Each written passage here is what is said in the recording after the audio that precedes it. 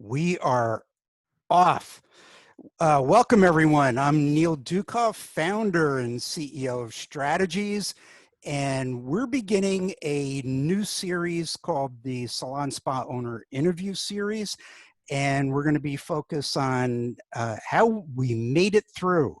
And our first guest is Sarah McGee Mariman from 30 Hair in Columbia, Maryland. We've known Sarah for many, many years. Incubator grad, went through coach training, has been really focused on her own company for quite a few years now, and has been doing an extraordinary job. And with that, I'm going to stop our share and let Sarah join the party here. So, hi, Sarah. How are you? Good afternoon, Neil. Good afternoon, everyone. It's nice to see everyone today.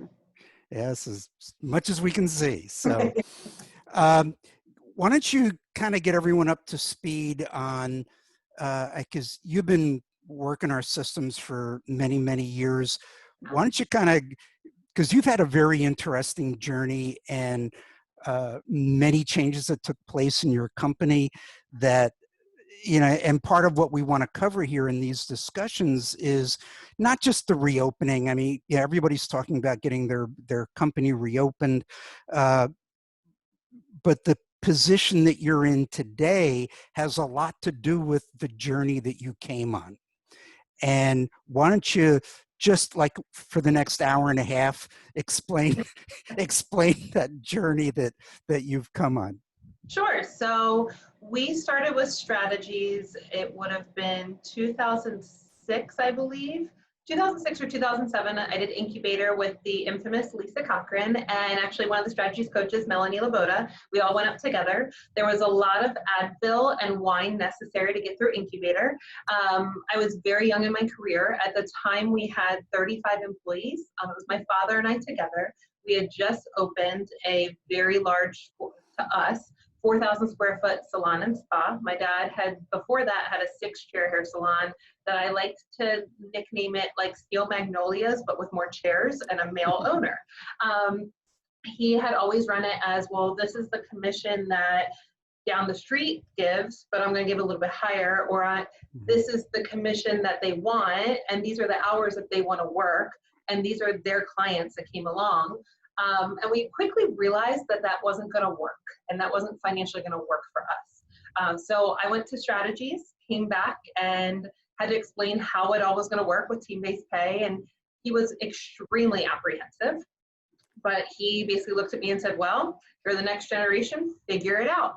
So I had the lovely Daryl Jenkins as my coach, and it was interesting. We went through some big shifts. And through that, we had the economy tank about a year afterwards. It was the big crash, 2008, I believe it was, 2007, 2008. We had that happen, and we actually somehow survived. And I think a lot of that survival was we lost half our team. And we didn't lose them like I wanted to go find them. We lost them as they didn't like me as a leader because they didn't like accountability. And so they left. We immediately went from being in the red to in the black, and we started to rebuild. Fast forward a couple years, I'm going to forget my dates because I'm not sitting with a calendar in front of me. Fast forward a couple years, and we realized that we really just, spa wasn't working for us. It was more of a headache than it was anything else, and spa was never my passion. We did spa because that was the big thing back then. Everybody went bigger and better, all this stuff. And, I love hair. I'm a hairstylist. I'm second generation hairstylist. So we actually got the opportunity to get out of where we were for our space. It was not easy. There was a lot of things we had to go through between my dad and I. And our game plan was to actually shut down, walk away from it all, wash our hands, and Dad and I were going to temporarily go rent a studio together for the two of us to do hair and let everybody have their list and just go about it. And my team wouldn't let me. My team pretty much said, we're sticking with you. So there were 5 of us that went together. We actually have a crazy story of renting chairs in another hair salon while we were waiting to purchase an existing salon. So I have a lot of experience with that too. And then we moved into the salon we're in now. We changed our name and we rebranded, and it's been 5 years this past winter. And that came with its own issues. We bought an existing salon that was commission-based with two owners that pretty much had bought themselves a job and not actually, their future. They didn't have a profitable business. They made as much money as they could do behind the chair. When we came in, we shifted to team-based pay. They left within a year. And since then, we have seen double-digit growth. We have continued to grow. And honestly and truly, had we not gone through that, we would not be open today. And had we not structured the way we did with team-based pay and having the strong accountability with leadership, there's no way we would have survived the past 10 weeks. We are a debt-free company. We pride ourselves on that, and that's something that my whole team knows. And they know how important that is for us to stay that way, and that we have to hit our goals, aka get bonus for them, which is awesome, but we have to hit our goals for us to be able to stay in business. And that's just like, yes, there's the leadership side and there's the heart and the emotion piece, but the numbers have to work out. If they don't, you're saying company goals. These are not just individual goals. It's company's got to do this much, because anything less than this, company doesn't work.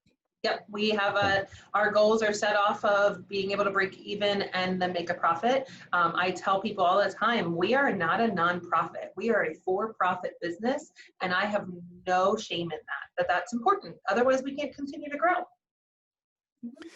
All right, so I know you would send me these wonderful text message updates. Oh my God, we just crushed goal again. Oh my God, we're debt free. And oh my God, our retail's through the roof. And oh my God, our pre-book and first time client retention, or your critical numbers are really awesome.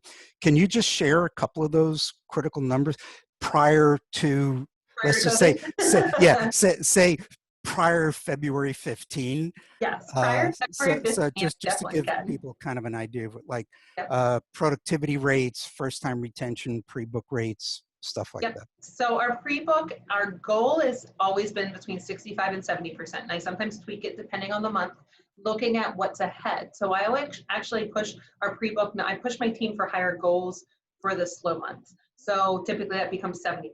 As a team, though, it's between 65 and 70. We normally are hitting about 72%. So as an average, 72% seems to be where we're hit. Our repeat client retention, I think that speaks to our culture and our loyalty. No matter if people were like the same stylists are there or not, on average was running at 86%. So we were running at that. Our new client wavered, and that's always been our biggest, hardest challenge. And I think a lot of that has to do with the fact that we're such a close-knit team. There's 7 stylists with us, and we have a hard time getting them used to the new culture and being a team-based, just because we don't get many new clients because we're so busy, but we typically run about 45 to 50% for new client retention. And our productivity, we just had moved somebody on the floor a month before COVID hit, so it dropped a little bit because of that, but last year our productivity ranged out at 83%. Nice. And that was a low year. To be honest, that's a low year for us. So we tend to run closer to 85 to 90 just because I like to run as lean as possible. All right. So February, we get into March. We got the COVID-19 crisis. Orders are coming for stay at home, shut down your businesses. You decided to shut down a little bit early for the safety of you and your team. So tell us a little bit about what happened there, because this is going to bring in the PPP loan. This is going to bring in what you chose to do with the PPP money, what your employees were making. So kind of give us an idea of what did the closing of your business look like, and then how did you work this through with your employees and PPP and all that stuff? Well, I can remember the end of February being at a mom's night out and talking with a couple nurses, and COVID was starting to come around and be much more talked about, and everyone was like, oh, wash your hands, you're fine. And I was like, all right, well, business as usual. And then March began to happen, and I kept preaching my team. So we have monthly staff meeting is traditionally pre-COVID the first Tuesday of every month.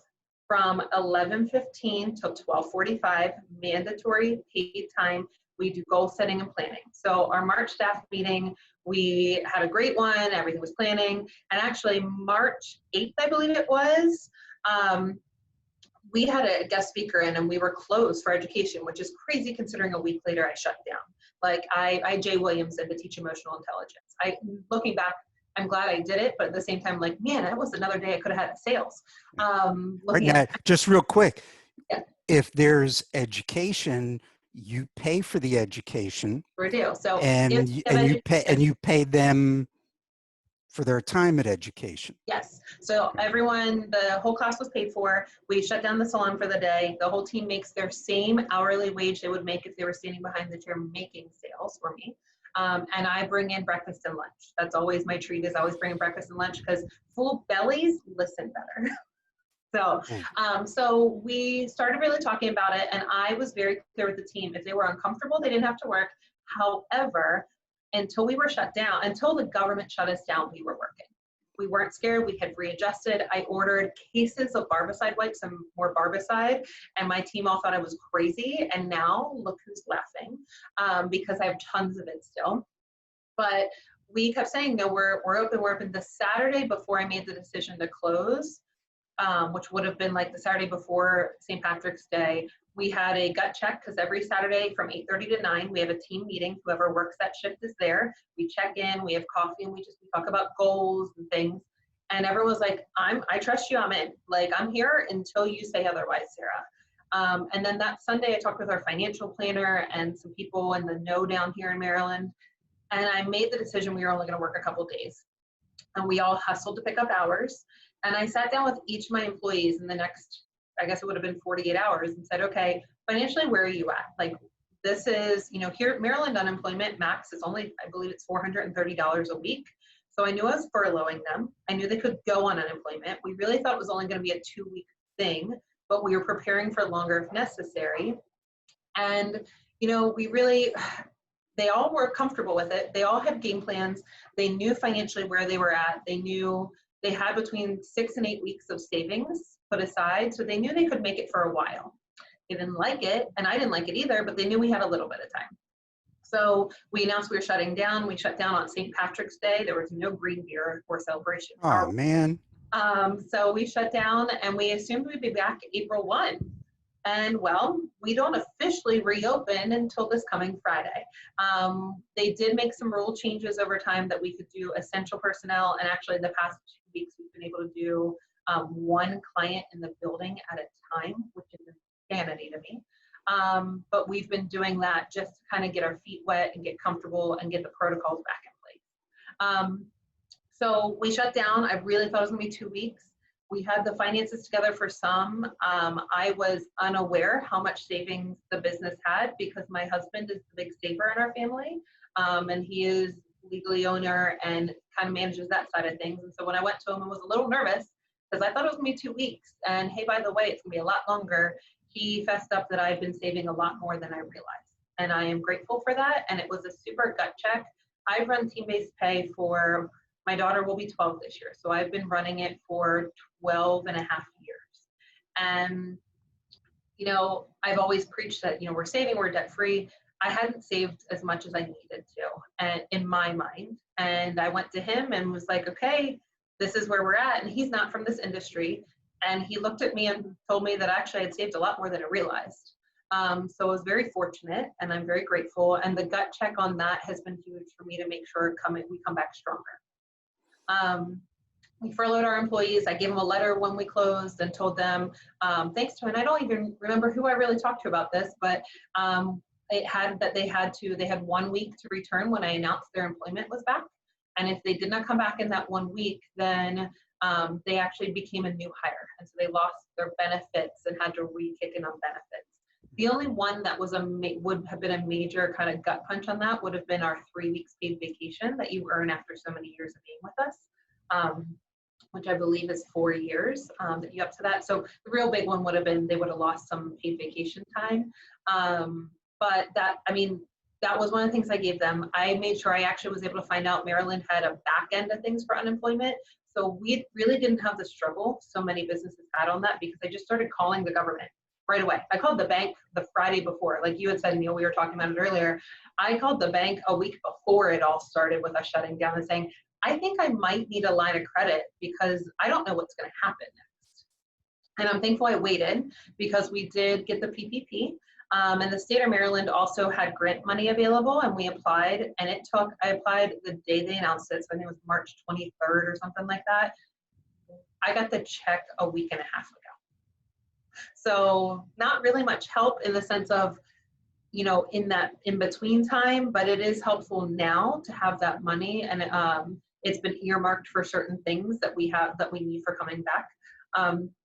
We applied for PPP. I use a small bank, and that was, it's a small local bank that is female owned, and my mom actually encouraged me to use it when we opened. And I'm so thankful because they got us our PPP. We applied the night before, like they had our paperwork. I got an email that Saturday night at 9 o'clock at night. What bank is working at 9 o'clock at night? So that was like April 3rd or 4th, something like that. Yep. right after they opened up the PPP. Yep. She sent me a couple more documents I need to send. I sent it, and I got an email on the Saturday afternoon of Easter weekend, which also, what banks are working Easter weekend? I just assumed we hadn't heard anything, and it is what it was, and I got an email saying we've been approved. They were a little slow to get some of their paperwork done, so we actually got funded May 1st, which wasn't horrible because it puts us to June 24th, I believe, is our last, is the last day of our 8 weeks. And we really kind of toyed back and forth on if we were going to apply for PPP versus EIDL. And for us personally, the EIDL didn't make as much sense to us because we had money in the bank to be able to handle certain things. And I was able to press kind of pause on some different payments we had for different contracts. But our girls weren't making as much money on unemployment as they were with us. And that's including the $600 extra, the federal unemployment side. So just for a number for people, if you were maxing on your unemployment in Maryland, you were making $1,030 a week in payroll. Our girls are hourly, bonus, and gratuities. We do claim our tips. They go through our paychecks. And my team, all but one front desk person and my newest on the floor, make more with me than they were making on unemployment. And some of them to a significant amount. And so that was the financial strain, was my team hustles. We are hustlers. We know that. That's the type of culture I have, is that these girls get in there and they work hard, but they get paid very well for it. And so the PPP was an option for me to take care of them. And it's, I hear a lot of people talk about, oh, well, we got PPP, but I'm not going to pay them till we open our doors. That was a big one. I heard it a lot. I heard a lot on the forums on here. Mm-hmm. This PPP isn't going to work because I don't have an open date. And to be really blunt, that's not what the PPP in my mind was for. It's to take our people off unemployment. And you be blunt? So my team, they knew I applied for it. They asked, like, Sarah, we know you know about this, but are you going to apply for this? So I applied for it. They knew. I sent them text the minute we got approved. They were so excited. And the minute we got the money in hand, payroll checks began. And we were lucky enough with PPP to get it with our tips because we claimed them. So we rolled right into it. And, it wasn't even a question on, are we going to delay or anything like that? I needed to take care of my team. I did. And so they got their money every week, and now we are rolling into being open. And they know that we're looking at bonus options within the PPP versus what we've got going on. They know they have goals. Our goal last week was working one person at a time. We had a set dollar amount goal, what we needed to be by the end of Saturday. We came in $1,000 over. Nice. Now, you gave me, when we spoke earlier, you gave me, it was like 90 some odd % of PPP will be used. Yes. For paying your people. Yes. 91% will be paid for my people. See how close I was. You were very close. Thanks. I am a really, really strong believer in taking care of my team. They know that. I Zoomed with them twice a week while we've been closed. And there were a couple times when either people wouldn't have their screens or maybe they wouldn't get on. And I know they're not employed by me. Technically, they're in furlough, but I would call and check in on them. We had a group text that I told my dad still is an employee of our company and works a couple days a week for us. And I let him know, like, hey, I want to make sure we group text every day. Everybody didn't have to respond, but I want a message in that group text every day. And he and I and one other of my stylists who also knew that, every day we group texted.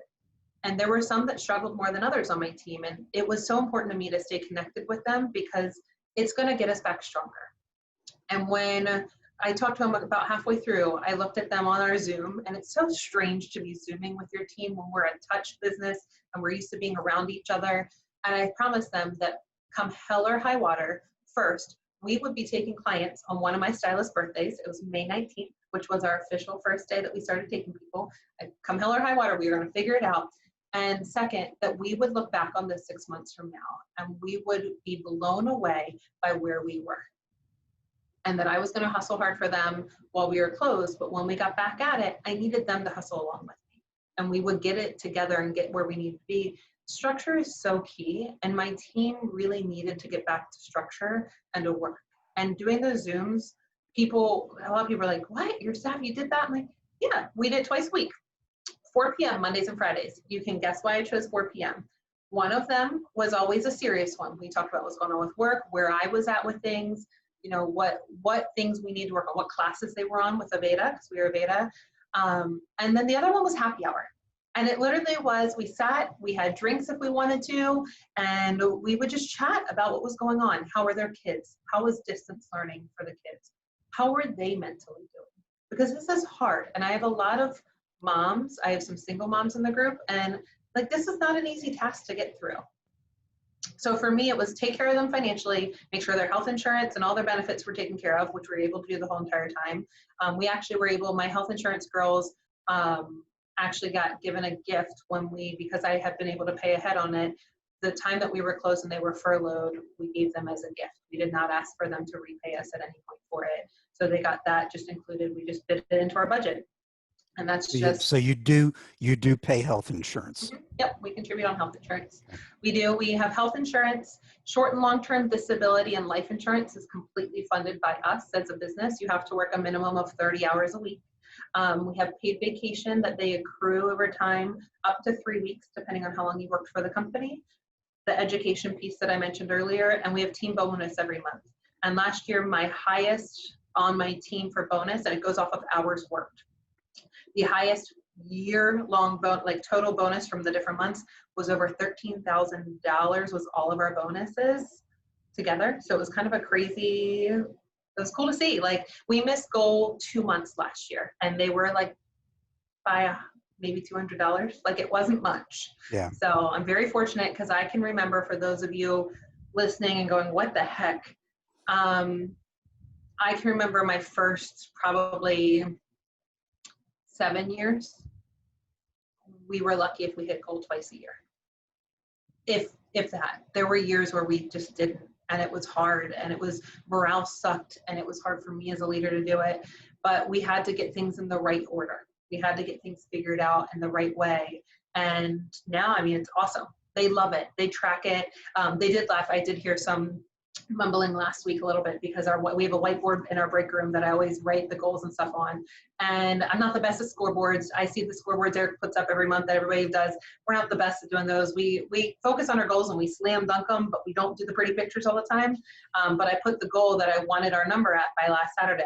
They're like, man, we haven't even been open a week and you're already putting goals and like projections up back there. I'm like, heck yeah, we have a business to run. I'm like, they're back. We're not going to skip a beat. And I was just working on our June goals today to announce them. We will not be doing staff meeting while we're in our interim time frame because we're trying to take as many hours as we can, and we have to be at 50% capacity right now. But we will be doing Saturday morning calls where everybody's in the building that's working will be together for them, and we are keeping up our group text so they'll know their goals and they know what bonus looks like, and they want to hit it. They like the extra money. Really? Yeah, money is so one of your employees made $13,000 in bonus money last year. Yep. Gee, that team-based pay stuff kind of works, huh? It does. It really does. I'm listening to you, and I just keep having flashbacks to, the, God, I mean, it was, what year did you first come to us? 2008? Was It it would have been even 2000? before that.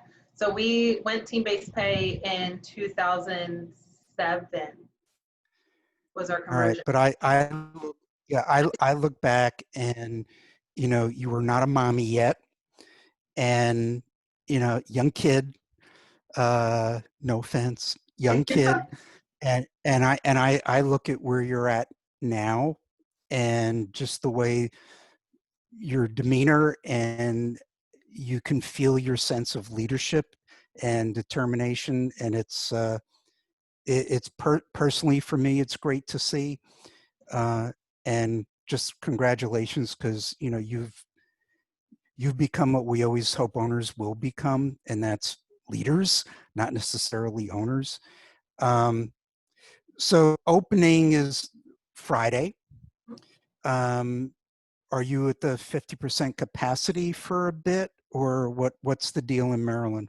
We are. Maryland is 50% capacity. Our county is a little bit different on how they figured out our numbers. I gave them a lot of ideas and feedback. So I was in our paper Mhm. last week about the small business should be open and why we should be. And so I got to work with our county executive on some of the things. They didn't exactly listen to what I suggested, but that's all right. Oh We're man. allowed to be open. I know they at least heard my voice, which is awesome. Yeah. Really cool for my daughter to see, like, if you advocate for things, it does actually, sometimes you can actually make a difference. So we are doing, we went to shift it. We actually figured out schedules a month or more before we knew when we would be reopening. I had worked at schedules, and I did surveys for my team. I did a survey before like halfway through, going, how comfortable are you feeling? What's it going to look like for you? Do you want more hours, less hours, like all those things? And that way I get some feedback from them. And then I gave them a Google form to fill out on what they wanted schedule-wise, and I had so many blocks. So we're going to shifted, which I've always wanted to really do a shifted schedule. And honestly, Corona has given me a chance to, on a few things that I've kind of not pulled the trigger on, has given me the chance to go, this is how it has to be. Sorry, like this is it. So for leadership, I think that there is, now we have a little bit of an excuse to kind of not hide behind, but we can say, you know what, this is what our business needs. And now that the Band-Aid of crazy is out and we've got to do these things, it helps. So we will be shifted, and we do have a couple mornings that we have a smaller amounts of staff. My dad will be working some of them for more high-risk people. Our stations are thankfully movable enough that we are going to be 8 feet apart for 3 of our stations, and then actually one's on the complete other side of the space. We never have used that station because it didn't fit our team culture. It didn't fit for us to be spread apart. We all like being together. So it's a little tricky, and I don't love that we're using it, but it's part of what's required right now. Okay. So A question, I should have asked it before when we were talking about pay. mhm, Um, the one number that we really work hard with owners on is service payroll percent. mhm, And when we talk service payroll percent, it's service payroll as a percentage of total revenue, which means service plus retail, total sales. What is your service payroll as a percent of total sales? And we do that because that's how service payroll would show up on a profit and loss statement. So, you said you got your employees making excellent money. But what does that look like payroll percent wise? How do you sure. manage So that? last year we ended up at 39%. So that's for our service payroll side of things. Our front desk support staff payroll is a little, it is pushing 10%. It's typically between 10 and Mm-hmm. 12%. But we also, that to me is such a crucial position that I do pay a little higher on purpose for that position. And since we're debt free, I have a little bit more wiggle room. Yeah. For us, that doesn't include, however, obviously, it doesn't include our benefits. So because we don't have the debt and because we are really tight on some of our other things that we spend our money on, it means we have a lot more wiggle room to work with for that. People ask me all the time, how do you pay for all that stuff? Being debt free is huge. I know because I I had a lot of debt in our first location, and it took a long time to get us out of that. You know, the Grand Canyon, as Lisa loves to call it, and I love her for it. The Grand Canyon took a long time to come out of.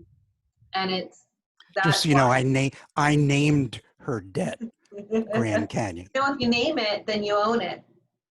Yep. And you figure out how to manage it.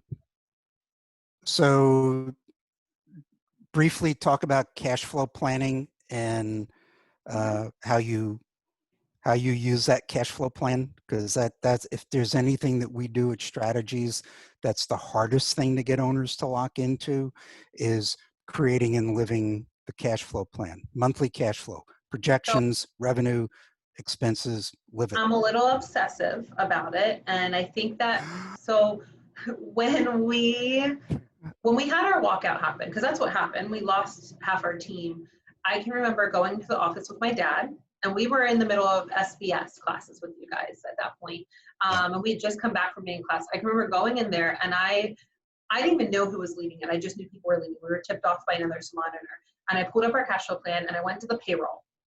And I guessed them all right, because leadership, you know when somebody's put your company. So I sat there and just knocked out all their payroll.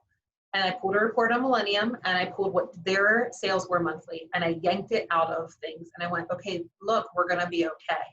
And that, showing my dad, who's not a numbers person, that is not his thing. He's a lead with the heart. I think that was my turning point of realizing this is something I have to manage.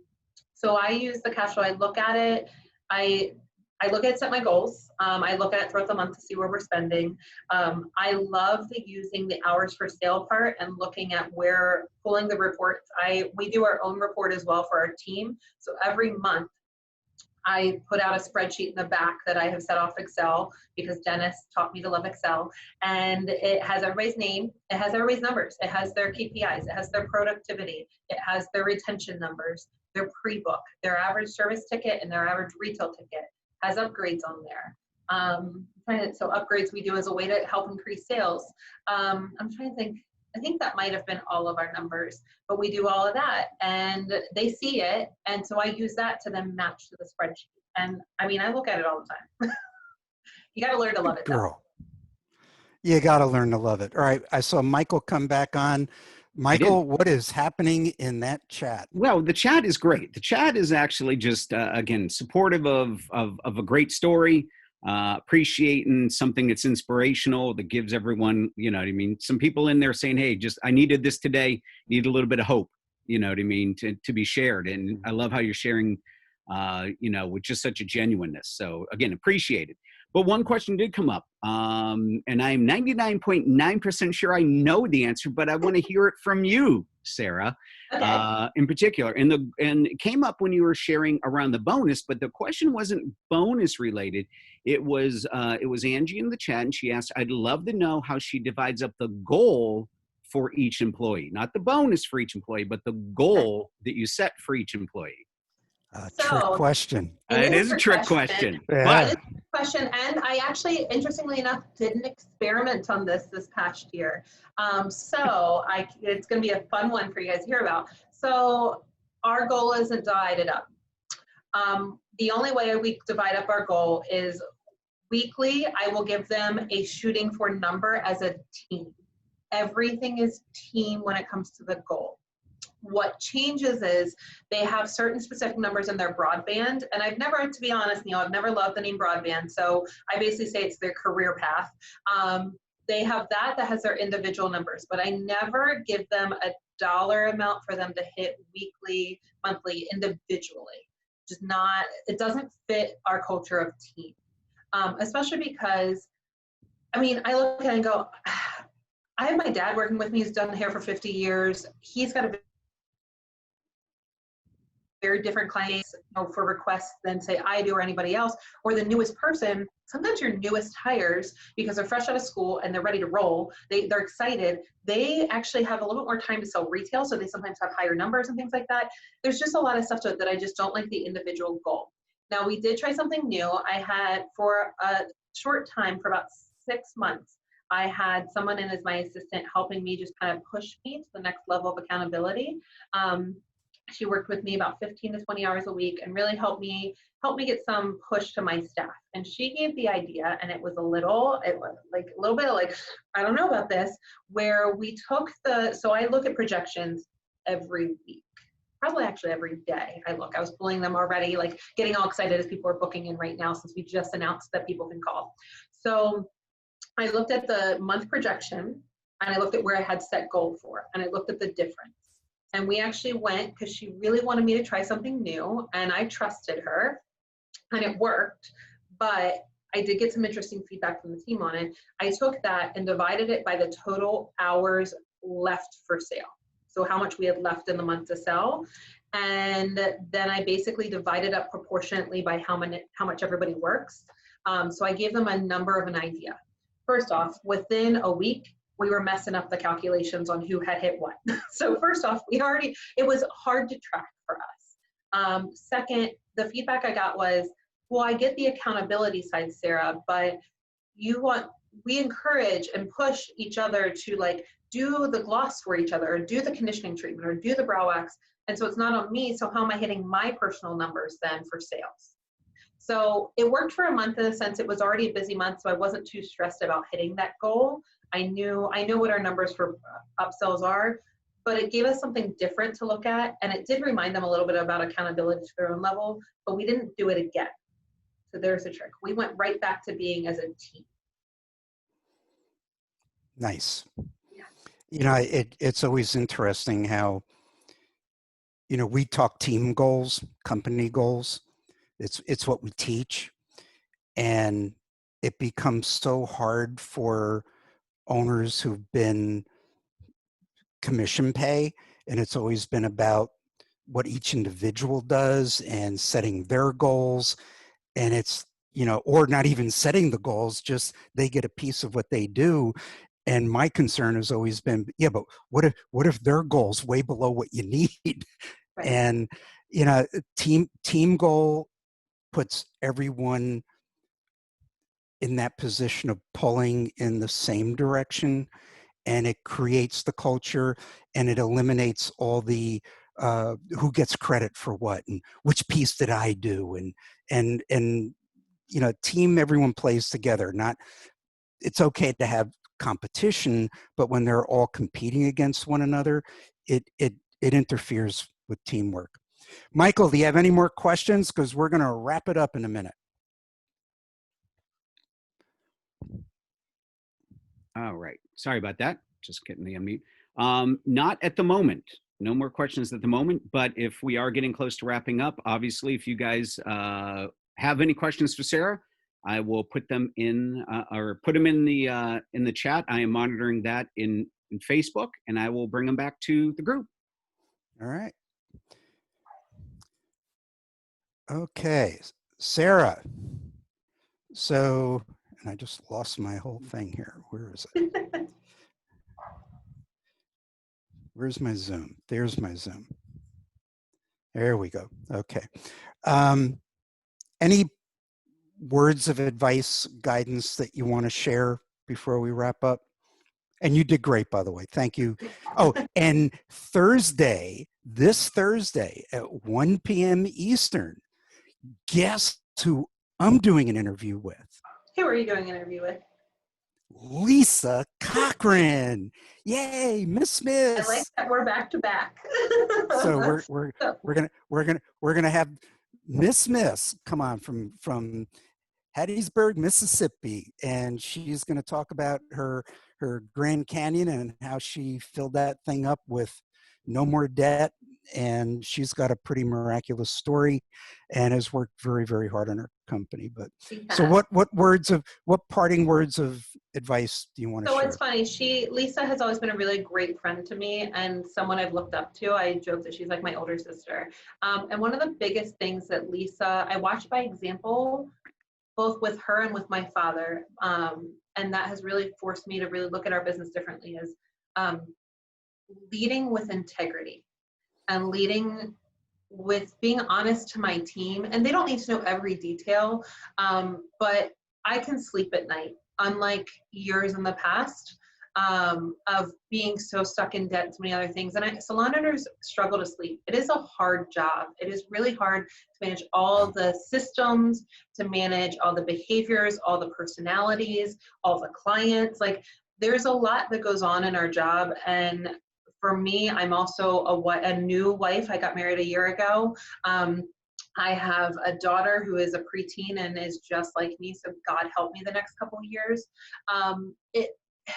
Leading with integrity and knowing that my team knows that I'm in it for them and that I'm there for them has made a huge shift. And I've really focused on the core value side in the past couple of years and just really valuing them, listening to them. So I'm a talker, and so stepping back and allowing them to really talk and me listen to them and be there for them. It's been huge, and it's not easy by any means, but leading with integrity, but also just be very black and white. That's been a big thing for me, is just to really just know that, and know that, this stuff sucks right now, guys. There's a lot of stuff that's not fun, but there's also a lot of joy and amazing in it. And there's a lot to be said for what we can do now. We can make our companies anything we want it to be if you're willing to work at it. And, it stinks to have been working as hard as we have. I joke that this is the hardest I've ever worked to be on unemployment. I've never been on unemployment in my life. The hardest I've ever worked while not having a job. It's the hardest thing. But at the same time, there's been a lot of joy in it, and there's been a lot of great. I mean, I had a client call to check in just to make sure we were okay. He offered to lend me money if we needed money lent. Like, I was like, no. I'm like, I actually started getting told I need to drink wine in the morning because I was too productive. And I'll take that. I'd rather be too productive these days. And my team has already told me I have to take off time this summer, and I will gladly take it. And they will gladly take the reins for me and hustle hard. But guys, there is hope, and we have an amazing job. You have to find what makes you passionate, and you have to find what fills your cup. For me, my favorite place to go is my salon. I love it. I don't dread going to work. I used to. I can remember sitting outside the salon crying before I went in. I can remember coming home crying because I was so stressed. Now, a lot of times I've sent Neil those texts. Will be a Thursday night when I've worked a really long day, and I'm literally crying on my way home out of joy and how grateful I am to have the team, have the clients, and the structure and the business that I have. Like, I'm very lucky and very blessed. But it takes hard work. Don't think that it's just going to get handed to you. Don't think you're going to hire the right people and it's just all going to magically happen and you wash your hands of it and just sit back and watch it all do. I'm in the trenches with them a lot, and it's hard, guys, but at the same time, it's worth it if you want it. Set your goals, figure out what you want to do, set your cash flow, and just put it out. I literally put it out to the universe, and crazy things happen. I'll say in passing, like 2 years ago, I said in passing, and maybe about 5 years, we'll move or expand or add a location. In the middle of COVID, we are working on a possible expansion. And don't ask me, because I think this is all crazy, but if you work at it, the numbers are working out. But you got to work at it and be willing to take the chance. I know it's a lot, but there's a lot to it. But guys, be hopeful. There's amazing things ahead for us if we're willing to work at it. It's wonderful to listen to you. You got a great story. I know the journey you've been on, and it just makes the work that we do all worthwhile. And I wish you a lot of continued success, and keep sending me your little text messages at 10:30 or 9:30 at night or whenever you do. And just so you know, if I respond and you don't understand, it's because I already drank some wine. Well, I mean, I don't blame you. I'm going to have some wine after this. Though I have to figure out from John Harms how to get that screen back for sales statistics now that we're Mevo. We switched to Mevo 2 weeks before we sort of closed down. So I got to figure out how to get that sales statistic one, because that drives me. Seeing that percent of growth daily, weekly, monthly. So they got some good things coming. They do. Mevo 2 is awesome. I appreciate it a lot. All right. I'm going to share my screen again. And thank you, Sarah. You were absolutely amazing. All right. So this is our website, strategies.com. If you like what you heard from what Sarah said and how she runs her company, and you want to learn more about it, go to strategies.com. And on that home page, just scroll down a little bit and we've got free coaching call. Put your first name, your email, check the box that says we can bother you on occasion frequently to tell you what's going on at Strategies, and click the link that says get your free coach call, and you can pick a day and a time and just talk to one of our coaches. The one thing that makes what we do all worthwhile, and yes, we run a company and we got to make money, but man, every time we hear a success story like Sarah's, and we're going to have a whole bunch of success stories coming on over the next couple of weeks with some pretty amazing people. It just makes it worthwhile to hear an owner say, I love going to work and I sleep good at night. Man, that's what it's all about. And to know that you built a team that is working to grow the company so they can have a secure future, that's what it's all about. So check out strategies.com, sign up for your free coaching call. Sarah, thank you so much. And we'll see you guys on Thursday, this Thursday at 1 p.m. Eastern with the one and only Lisa Cochran, owner of the studio in Hattiesburg, Mississippi. So thank you all. Bye-bye.